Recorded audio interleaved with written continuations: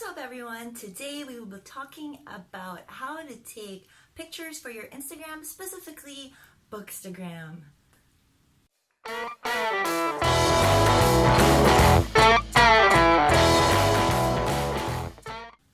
What is Bookstagram? Bookstagram is basically a community on Instagram made up of bookworms like myself, where we take pictures of books and inspire people to read.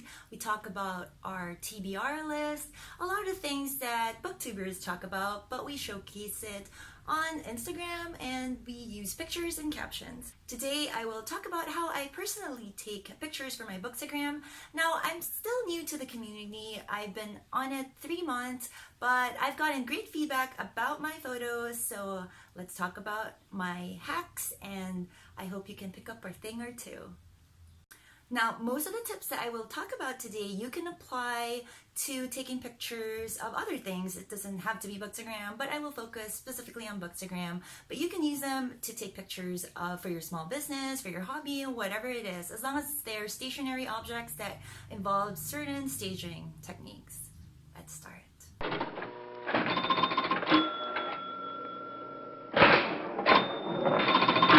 Number 1, always have your props ready. I use this bag. I think it's a makeup bag. I have majority of my props, the usual props that I use in it. So whenever I'm shooting, I don't have to go through drawers and a lot of other places. I have this bag. I keep the pearls, some stationery, perfume, and whatever else, because the theme of my Bookstagram is romantic and feminine. So this helps a lot. I just grab it, I go downstairs, I usually take pictures in our garden, and it makes things a lot easier.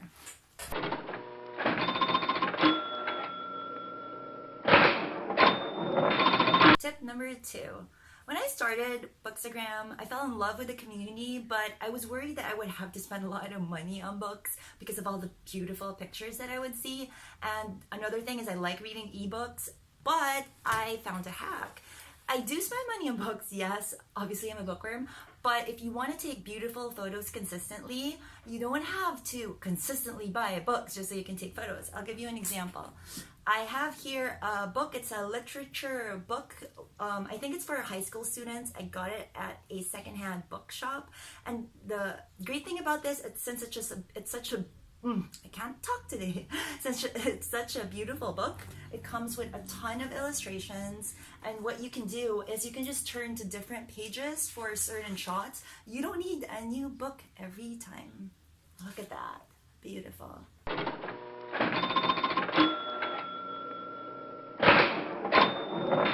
This is applicable to creating content in general, not just for Bookstagram. I now batch.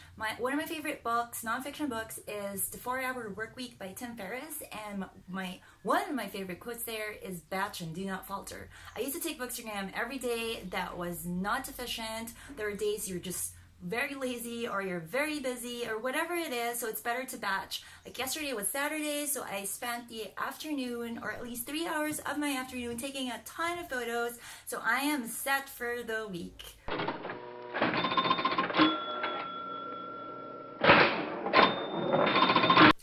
Number 4, and that is engage with the community. Again, this applies to content creation in general on social media, and you don't just post pictures and expect people to like them and just worship you. You interact with people. You use hashtags. I use Bookstagram, Bookish, whatever it is, and whatever hashtag is in your area. Interact with people, like their posts, comment, add them, follow them, the ones that you like best. What is applicable on social media is pretty much what goes on in real life.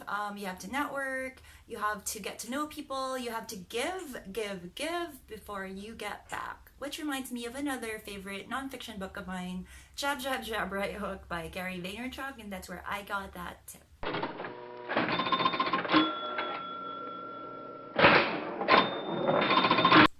Tip number 5, my last tip, it's you don't need fancy equipment. If I had like $1 for every time a friend says to me, oh, I also want to be active on social media, not just personal social media, but for their hobbies or their business, And they say, oh, but I don't have a fancy camera. If I had $1 for every time I hear that, I'd probably have like $7.